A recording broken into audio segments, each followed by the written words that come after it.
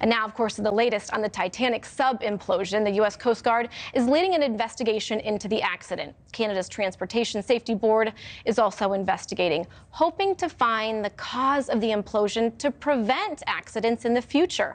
All of this will take time, it will take people, and it will take a lot of money. So where is that money going to come from? NewsNation's Evan Lambert is following the money, and he joins us now. Hi, Evan. Hey, Elizabeth. One analyst today telling me his estimate puts the total cost of the submersible search at $1.5 million, likely to be paid for by American taxpayers. As the Coast Guard launches a massive investigation into the doomed Titan submersible, which officials say suffered a catastrophic implosion, there are new questions about the cost of the search and who will pay for it. The U.S. Coast Guard, the Canadian Coast Guard do not charge for rescue. In many ways, they're kind of like fire and police. You know, they're paid for through tax dollars.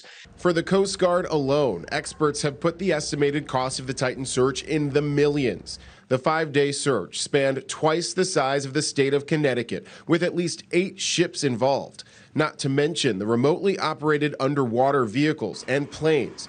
The Canadian government and private companies also joining the effort.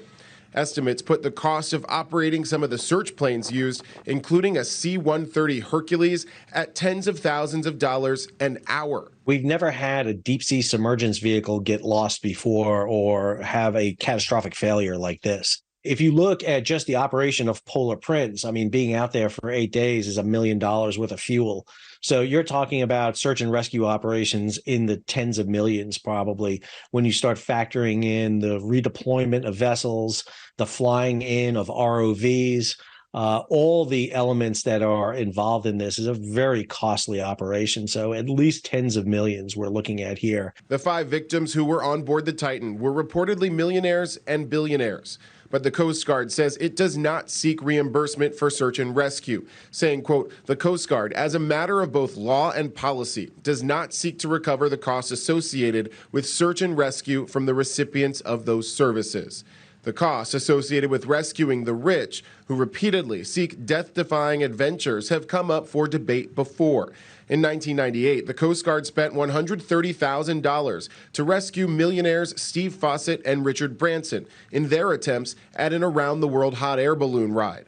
Then, 9 years later, Nevada spent nearly $700,000 to search for Fawcett's plane, which went missing and ultimately crashed. The state tried to seek reimbursement but failed. Fawcett died in the accident.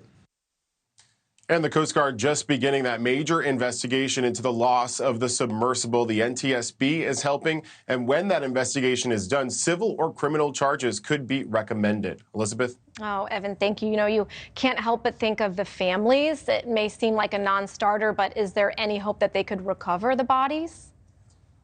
Well, so this was addressed just yesterday by the Coast Guard, and they said that they would be they're in touch with the families constantly, and that while they are at the site working on the recovery of that site there, that they would be mindful of any possible human remains. Elizabeth? Thank you for watching. Go to newsnationnow.com to find NewsNation on your television provider, and don't forget to click the red subscribe button below to get more of NewsNation's fact-driven, unbiased coverage.